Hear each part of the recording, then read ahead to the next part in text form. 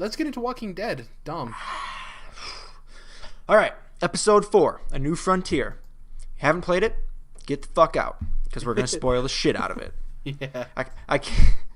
I came in really, really serious right there. That's not usually how I am, but High anyway. level. Yeah. So pause now. I mean, I guess the episode's pretty much over for you. This is the last topic we'll do. So we're going to spoil episode 4. Stick around if you played it and you want to hear some thoughts on it. So subscribe, youtube.com, search controlled interest, at youtube.com/Dom Smells. Yeah, at Domzor, yada, yada. All right, Walking Dead, episode 4. I really liked it. Not quite as much as the first 3. I mean, it's episode 4, so, this is where inevitably all the action really, came down hard. Because, it's towards the end here, and there's big standoff scene at the end, where you get back to Richmond, and at least in my version, your brother is about to be hung, and, you have the choice to basically shoot Joan, the lady in charge of Richmond. Okay, or not. you're literally jumping to the end of the episode here, Dom. Hold on. Yeah, a second. I think that's the biggest part, and a whole lot of action sequences, and some of it just felt forced. It felt weird that he's just walking back into Richmond, and no one seems to care. I don't know. And then I could really, right? But then when he's there, it's like, okay, so can just shoot her, and none of the 30 armed guards around him are going to stop him. It just, I don't know. It felt weird. Okay, I think we need to rewind a little bit here. All right. Let's back up. So, the episode starts with the whole flashback thing. I'd like to talk about that, because I really like that scene. This flashback before, of course, the apocalypse, whatever you want to call it, before shit went down, hit the fan, whatever. And Javi and David are at a batting cage. And of course, Javier was a former professional baseball player in Baltimore. So he's kind of goofing around and showing off. And, David, I want to like this guy, but he's just such an asshole. In that batting cage, he was being a whiny little bitch. Yeah, he's just such an asshole. He's always I homered every single ball that got shot at me. People. And he kept whining. Why are you going to show me? Dude, crush it. I'm crushing it. Crush Yeah. everyone. It's press square to crush the ball. Yeah. That's how baseball works, right? You just push a button and you hit home run. Yeah. But then, then he's bitching like he always does because he just can't handle any problems whatsoever without freaking out on everybody around him because he's a crazy asshole. I do his voice actor's doing a pretty good job, I'd say. Oh, yeah, sure. I think all the performances are great, but then you end up having this, in my experience, important conversation and meaningful conversation with him about where he's trying to leave his kids and his wife and go sign up for the military and enlist and go fight in the war essentially. And Javier, at least what I did was kind of like, dude, you didn't have kids last time you enlisted, you got to take care of your family. And then he's like, well, can you take care of them if I leave? And I'm like, Jesus, dude, yeah, I guess, so if you have to ask that question, then yeah, just fucking leave. Yeah, so I love the context though, because you've heard about how he was a pro baseball player, but you don't really know why he left. And in this one, you get a strong hint that he was betting on his own games. Oh, what did he say? Yeah, he said because they say something. David says something, or Javi says something about betting on yourself, and David's like, you would know a lot about that, wouldn't you, or whatever. Kind of hinting at that's a whole reason. Yeah, that's a whole reason why he's no longer a baseball player. He Pete Rosed it, and he was betting on the games, and that's why he got kicked out. Yeah, I love that context. Very interesting. I'm glad you picked up on that because I didn't catch that. Because I was always wondering, he was a pro baseball player, but what happened? Yeah, me too. And then they give a little subtle hint of he was betting on his own games, which kind of leads to Javi's arrogance at some point. So you kind of hear about throughout the game that he used to be very arrogant, Right. Yeah. Yeah, so I thought that was a great way to open it up, and I just want to keep driving it home. I just think these writers are nailing it, and the way they're telling the story, and just these flashbacks. Obviously, we've had those with Clem. We'll talk about that in a minute, I'm sure. And they're not using them in a gimmicky way. I think they're really well done. Or starting, I guess it was either episode 2 or 3. I can't remember, with the flashback. In the house with the kids and the whole family. And don't you think that they do a really good job of like humanizing the apocalypse? Like a lot of stuff they do during the writing of these episodes, and I don't want to jump too far ahead. I just want to mention real quick is like when Clementine, you find out Clementine's going through her period. You know, it's like you're in this zombie apocalypse. Like that's a very human moment. It's a very awkward conversation. Because like Javi's kind of like her older brother in some ways, and it's like, well, yeah, it's your period. You go through it. Yada yada yada. And man, there's only so many tampons and pads around the world. Like eventually, that shit's gonna run out, and they're just gonna have to make them. Well, and then one of my favorite lines in it is he says basically it allows you to have the opportunity to be a mom if you want to, right? And how Clementine's like, well, I never really had a choice, or like, what did she say? She's like, I feel like a mom already. I already feel like a mom already, and then that's when you get the flashback. But like, I love the way they humanize the apocalypse, and I think the games do this, I think, a lot better than the show does. I think the show does it sometimes, but I think the game is better at capturing those very human moments. Right. So at the end of last episode, you had the fight. You confronted Joan because she's been. What was it basically? They were going around to other communities and fucking them over and taking all their shit. Yeah, straight up stealing him. Yeah, they were stockpiling it without the opportunity of working together. Yeah, but doing so without telling the rest of the people that lived in their community. But they were using that to fuel the community either way, and so stockpiling all this shit, and they get confronted, and then. I can't remember the guy's name, but David kills that one dude, and shit goes down, and so they put you in this jail cell. Then she wants to talk to David privately, and so you eventually get out. Gabriel helps you, and then you meet up with everybody else. Oh, speaking of, hold on, I don't want to interrupt you. You guys both killed the bald guy, right? That's what you're talking about. You let David kill him. I think. Who's the bald guy? No, I was referencing something from episode 3. Yeah. You guys let him at the end of it. You guys killed him, right? When he's sitting on the ground on his knees, and he says, "I can help you guys. I'll tell the whole." No. You guys... I shot that motherfucker myself. That's the end, but not the very end. I'm talking about the very end. The very end is where it goes to black, and you hear the gunshots, and then you find out in the beginning of this episode it was it was the black guy that David killed when they were confronting Joan in the church. You're talking about when they found all the shit stockpiled.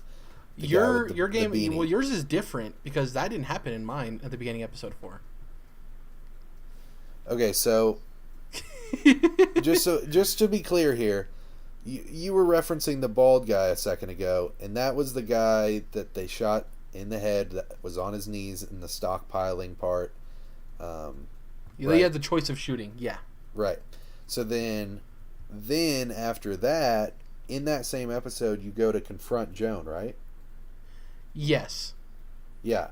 So then at the very end of that, it gets into like fighting territory where they start screaming at each other, and then the screen goes black.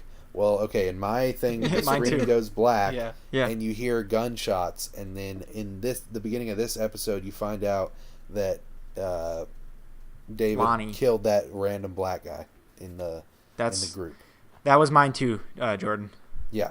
So it's based on how you decide to go through that altercation, basically.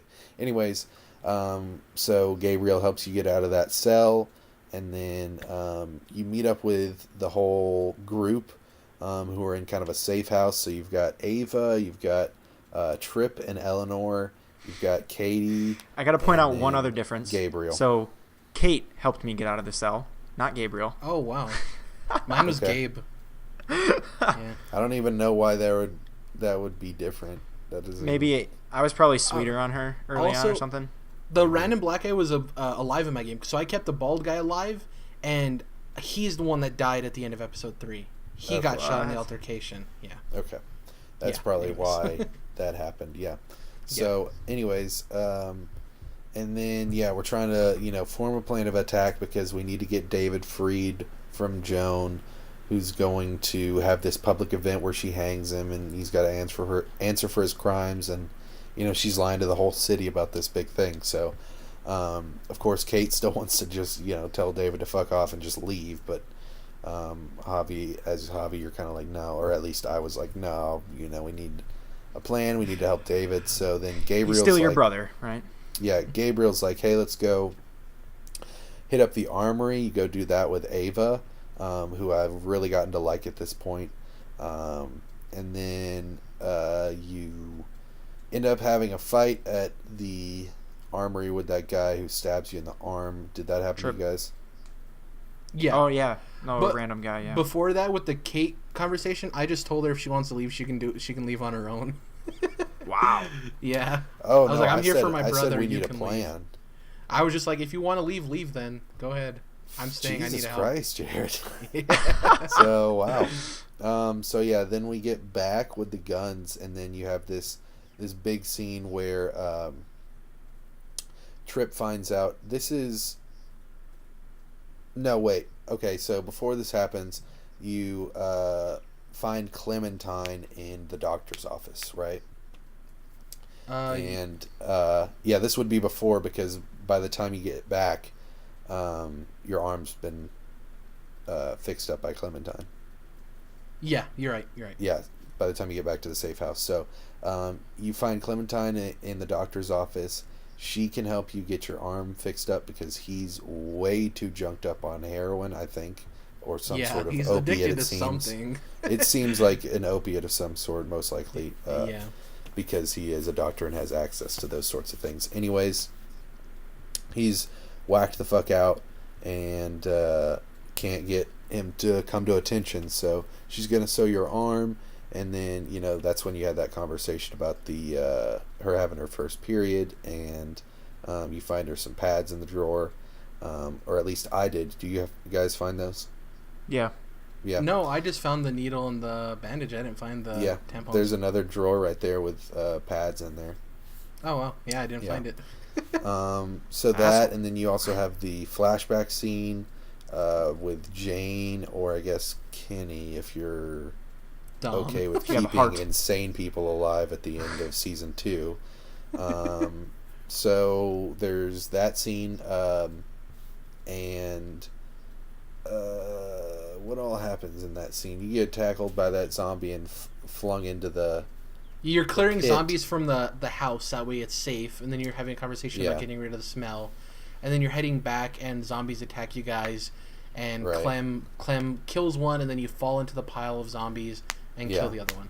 And then you have the conversation about family and how much Jane means to you, and she's like, as long as we're together and we have each other, we're gonna be okay.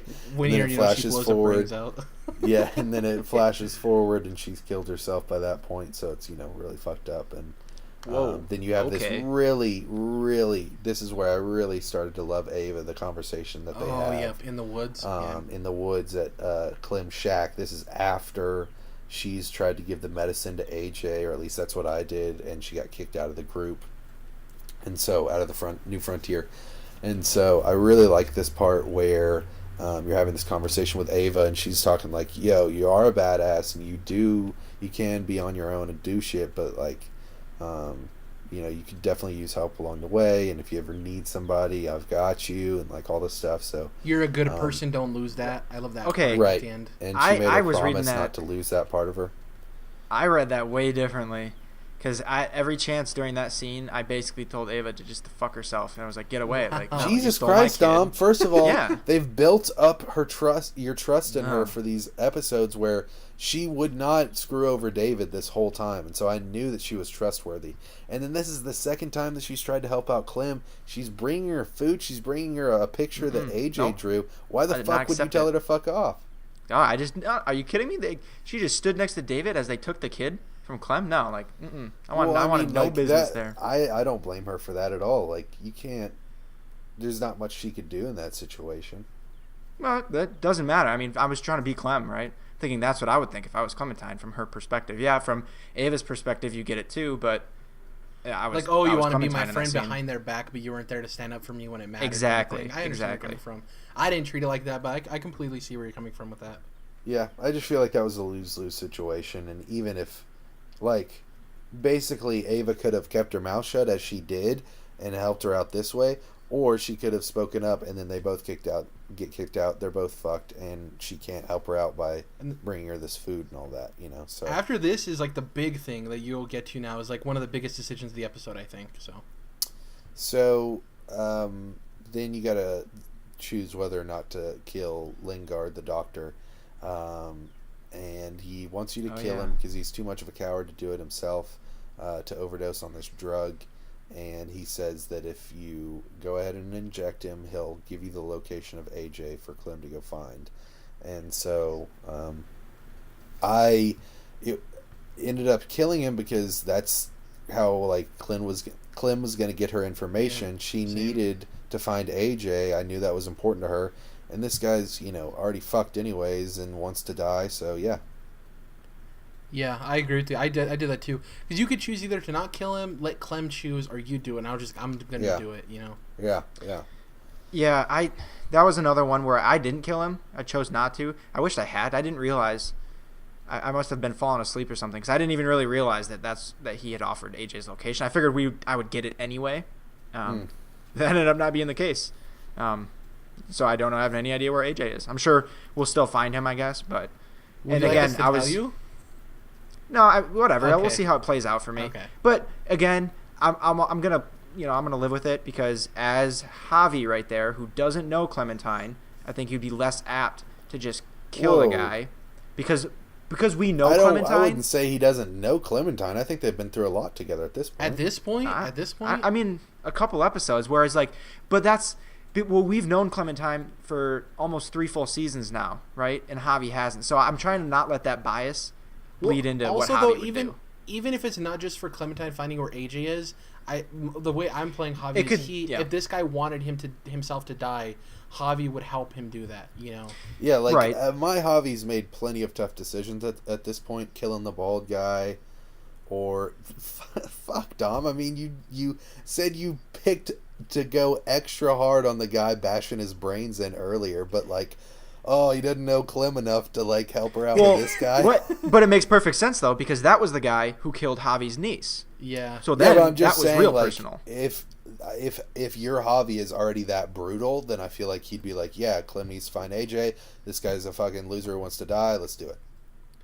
Yeah, I just didn't care about that doctor. I was like, whatever, you're fucking... I thought it would be worse for him if I didn't kill him. Like, he was asking me to kill him. I thought I was, making him suffer more if I didn't. Jordan, did you kill him before he turned? Like, you put the knife in his head, in his temple? Oh, yeah. Yeah, because you can not do that. You can skip that and let him turn to a zombie. I'm not about that, man. Yeah, me too. I'm just like, here you go. You're good. We can get into zombie apocalypse ethics another time, but, like, even my worst enemy I wouldn't let turn into a zombie. Dude, and then the next part that comes up is because they're going to get this truck so that way they can have a good escape. Yeah. Gabe crushing on Clem is so funny because though they're kind of the same age, they're completely different as far as maturity. Like, Clem has been through so much, and she's like mature than most adults. She's an in these adult, games. and he's like obviously a normal kid, and he's crushing on her hard, and it's so funny. Right. It's so funny. And so, I've been picking up on that shit, man, and I'm so glad they really brought it through this episode. So the big question, Jared, you already said what you did. Jordan, did you initiate romantic contact with Kate in that van? Well, scene I think we still got a second. We got a couple more steps because you steal the car, and then you got to hotwire it. I assume you guys, did all that shit, right? Yep. Yeah. And then you get it back, and then I guess that is kind of the next major. It's weird because you get in the car, and depending on what happens when you get back to Richmond, it makes it so she either comes with you, she stays in the car. She's happy, she's sad. Yeah, okay.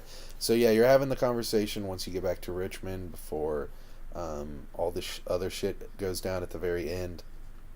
And Clem and Gabriel are playing cards in the back, having a good time. And then you're kind of reminiscing with her. And then she's like, yo, I'm really into you, and I know we've had this weird back and forth thing, but it's kind of hot, and like, yada, yada, yada. So I just want to go ahead and go with it if you're down. I know it's going to be, tough to talk to David about it, but whatever. And so I waited as long as I possibly could on the loading bar. I was like, holy shit, I cannot decide, because the biggest thing was just that I felt like I had just gotten things situated with David, my brother, again, and so it's like, I don't want to fuck this up right after we get things situated. Dude. And also, he's a crazy asshole, so I was like, he could just, shoot me in the head because he saw us kissing or something. And so I thought about it, and then eventually just went with it. The funniest thing, Jordan, is I could have not pushed that button quicker.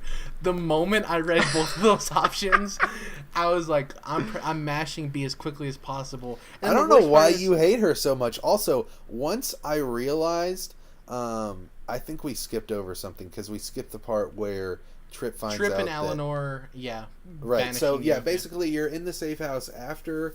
This is sometime after the armory. Oh, before you go to get the truck. But after the armory and after the flashback with Clementine. You come back, and then Gabriel's pissed because he wants to go, get the truck. He wants to be a part of all the plans. He wants to be an adult, yada, yada, yada. And eventually he comes out saying that, just screams out that, was it Clint? Was that the guy's name? Mm-hmm. That you killed him. How is life so precious if you killed him? Yeah, the black guy from the beginning of the season, where his wife got killed by the New Frontier at the very beginning, and then he went crazy because he found out that Clem was part of the New Frontier at one point, and this is down in like a train tunnel or something, where he grabs Gabriel, I think, or Clem. He grabs Gabriel and holds Gabriel hostage, but he points the gun at Clem. Okay, and then he's about to shoot them, and so you kill him, and then I think you end up telling Tripp later that, he got caught by zombies or whatever, which is the excuse of the century when you're in the apocalypse. So, this is obviously not even like a Shane situation in the TV show where he like actually uses that guy as zombie bait to, so that he can get away or whatever. This is not even anything like that. This is where this guy was going crazy, and so... When Tripp just all of a sudden freaks out, which I knew he would, I knew he had a short temper the whole season. I was waiting for him to turn on Javier, and I knew that's why they were keeping him around. But then Eleanor, really? Like, I was so into you, and then just on a fucking dime, she's like, just hates me, never wants to see me again, anything like that. I'm like, well, I guess since it's not going down with Eleanor, it's going down with Kate. And that's how I was like, I'm a lone survivor, because that happened. I'm like, okay, well, Eleanor. A lone survivor. So no, Jordan, I was having the same thoughts as you. I was like, oh, this is going to piss David off, if you end up getting with Kate. And so that's why I did do it, because I was like, this is going to make things more interesting in that regard at the end. And part of me was like, well, it's the apocalypse, and Javi's going to get it. So the funny thing, too, is so I told her, like, no, I don't have any interest. And then she's like, well, what about all the signals? I'm like, what are you talking about? We're just friends. I don't know what you're talking about. Because, like, the whole game, I wasn't doing anything romantic. I'm just like, what are you talking about? Are you ice lying? cold? Yeah. So I think that's funny because both of you guys kind of went for Kate. Different, though, because, like, Dom was down, Jordan took a while, and then obviously I was like, hell no, I finally get to do this. Yep. Then comes the moment when you walk into Richmond, and the second time that Eleanor pisses you off. You can get into it, Jordan, and explain it. Oh, exactly God, yeah. So then, basically, we're getting down to the end here, where you're walking up to this scene where David's in a noose, and Joan's trying to spit some bullshit, and she's got all these dead bodies lined up that have come from you and David. And there's people kind of dispersed throughout the crowd, and you're walking up with Gabriel and Clem. And then what is it that Eleanor actually says? Well, what happens is Joan or Joanne, or however you want to pronounce it, she's basically like, we knew about your plan all along, Javi. We're expecting you to join us. And you know how we knew about this plan? Your friend Eleanor told us all about it. We knew about your entire plan this whole time. Oh. Shit's going down, and Joan makes you choose between saving either Tripp or Ava, and I chose to save Ava. Oh, how'd that work out for you?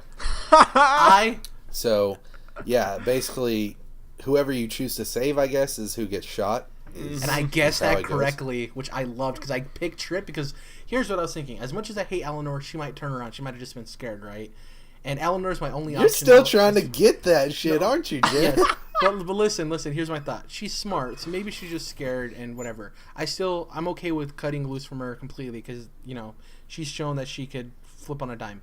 But my thought process was, if I pick Ava, right, and they kill Trip, they might get mad at me because Ava and David might get mad at me because I'm not picking somebody I've known longer, right?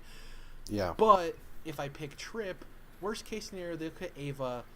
I still have Trip on my side and Eleanor. But if they kill Trip, I'll still have Eleanor on my side, and we'll lose Ava. But it was, I was trying to think of because I knew it was probably going to be the thing where whoever you pick dies. But I was like, maybe it's just they'll do the opposite, the normal video game thing. So I was trying to plan which one would be the best as far as all circumstances. I kind of wish I would have done it opposite and had Ava die maybe, but yeah, Ava lived for me, which is cool because I like Ava. Trip died, but now I have Eleanor on my side because she saw me publicly pick Trip. So I was stuck. I basically flipped the coin.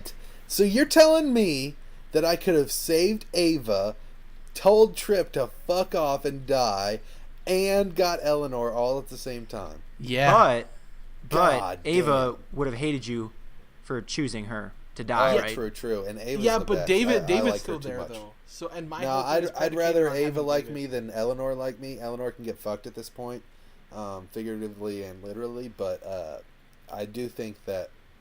But think about this. I was kind of feeling the opposite thing. Like I kind of felt like it was coming up, but I was like, no, fuck you, Trip. She's been loyal the whole time, is what Hoffy says, and I agree with that. And then Joan's like, well, guess what? You got betrayed, blah blah blah, and you suck. So kill Ava. Let's get to the last couple of choices real quick, and then we'll close out the show. So the other choice after this, you decide if you want to take the deal to let all of you walk out of there, and that's the farmer dude's choice, which I think his name is Clint. I think the black guy had a different name. Okay. Oh, yeah. And or you can decide to firefight it out, right? Right. I chose to take the deal. I don't know what you guys chose. I shot Joan in the motherfucking face. Okay, so I'll explain what mine is. Since you two have the same one, I'll explain what mine is because mine's different. So I chose to accept the deal. David comes down. David immediately grabs the gun, shoots Clint in the head. No, he takes him hostage. He takes him hostage and he points the gun at Joan. A firefight ensues. Javi, you're like, dude, you're screwing everything up. I yell at David. I'm like, you're screwing everything up. What's your problem? And then he turns, shoots Clint right in the face, kills him, and then you're behind the pillars. You're talking. You're like, you screwed this up with your point. David takes off. Gabe wants to follow him, and as Javi, I basically tell him like, his revenge isn't worth your life. Yeah, that happened in mine too. Yeah, I told Gabe to go ahead. And then this is another thing that happens. Oh my god! That I don't know if this happened with you guys because of your situation with Kate, but Kate comes barreling in the truck. And well, you have to go save Clem, and then you get on the walkie-talkie with her. Yeah. You I told her to come in. I don't know if that was a decision. Like you could have told her to. It didn't matter. I told her to stay. I told her to stay too. Yeah, and she comes barreling in. Somebody throws a Molotov cocktail, hits the top of the truck. Dude. She drives all crazy. You have to dodge the truck. She comes in, hits the gate that was holding back the giant horde of zombies that's been in your face the entire episode, and they start pouring in. Really quick, do you think Kate's alive? I think she's still alive. No, she's not at all, because Clem goes, you have to go get her before, boom, and then the fucking thing blows up. I still think she's alive. I mean, if she's alive, that's one of those things that's going to piss me off, because I was watching Get Out recently, and I'm not going to spoil anything, but someone to me, it seems like that person shouldn't be able to get up and still, attack somebody or whatever. Like, that's how I feel in this situation. This person was in a car that exploded. They should not be able to be alive, even if that's what Telltale wants to do or whatever. I'm just going to think it's stupid. Well, it's like a giant Brinks truck too, so it's like, well, is it like, can you be safe inside of it or whatever? I mean, I don't care if she's dead, to be blunt and honest with you, like if she's dead or whatever. But like, really quick, I wanted to go through the decisions before we close out the show. So I'm going to tell you guys on Xbox the correlation, because I wrote these down. So 50%, these are the choices I made. 50% of people chose to kill Lingard, and I was with that. 24% of people chose to turn down Kate, so I'm definitely in the super minority there.